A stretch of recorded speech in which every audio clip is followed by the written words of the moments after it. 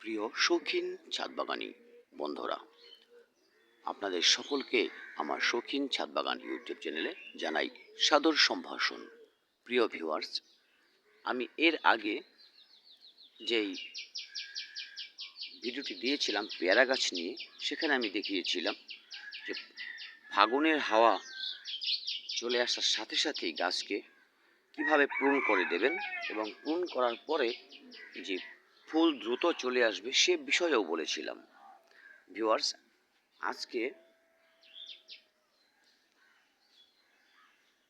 চৈত্র মাস শেষ হয়ে বৈশাখ মাসের মাত্রই ৩ তারিখ।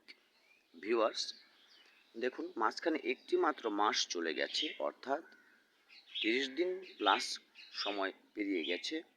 এরই মধ্যে কিন্তু আমার এই গাছটিতে প্রচুর কুঁড়িতে ভরে গেছে। আমি কিন্তু এখানে প্রুন করেছিলাম, দেখুন এখানে আমি প্রুনটা করেছিলাম, আর এই প্রুন করার পর দুটো শাখা পেয়েছি, দুদিকেই কিন্তু কুঁড়ি চলে এসছে।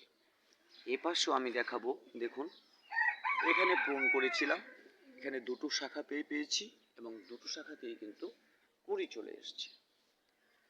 এ পাশে দেখুন এখানে প্রুন করেছিলাম, দুটো শাখা চলে এসছে এবং দুটো শাখাতে এদিকেও কিন্তু কুঁড়ি চলে এসছে।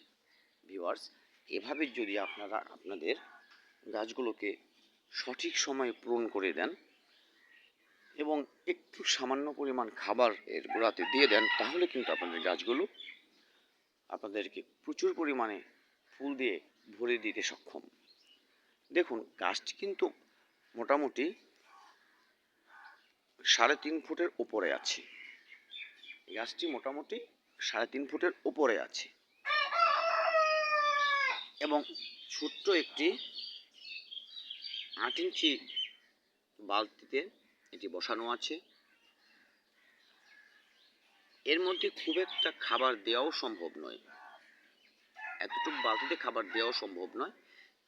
এমনই ছোট একটি বালতি যে প্রতিদিনই আমাকে দুবেলা জল দিয়ে রাখতে হয়। মাটিটা প্রতিদিন শুকিয়ে যায়, দুবেলা জল দেবার পরেও শুকিয়ে যাচ্ছে, তবু আমি এটার মধ্যে রেখেছি, কারণ কুড়িগুলো এসেছে। এবছর আমি কুড়িগুলো পরিপক্ক হওয়ার আগ পর্যন্ত আমি এটাকে তুলব না, না হলে কুড়িগুলো ঝরে যেতে পারে। ভিউয়ার্স, এতটুকু একটি বালতির মধ্যেই কিন্তু ও এই কুড়িগুলো দিতে সক্ষম হয়েছে। যখন আমি প্রুন করেছিলাম তখন আমি 2 চামচ ভার্মি কম্পোস্ট এবং হাফ চামচ যেই লাল পটাশ আছে সেগুলো কিন্তু আমি এখানে এই মাটিটার মধ্যে দিয়ে দিয়েছিলাম এবং প্রতিদিন শুধু জল দিয়েছিলাম, আর কোনো ধরনের পরিচর্যাই আমি এখানে করিনি। তাহলে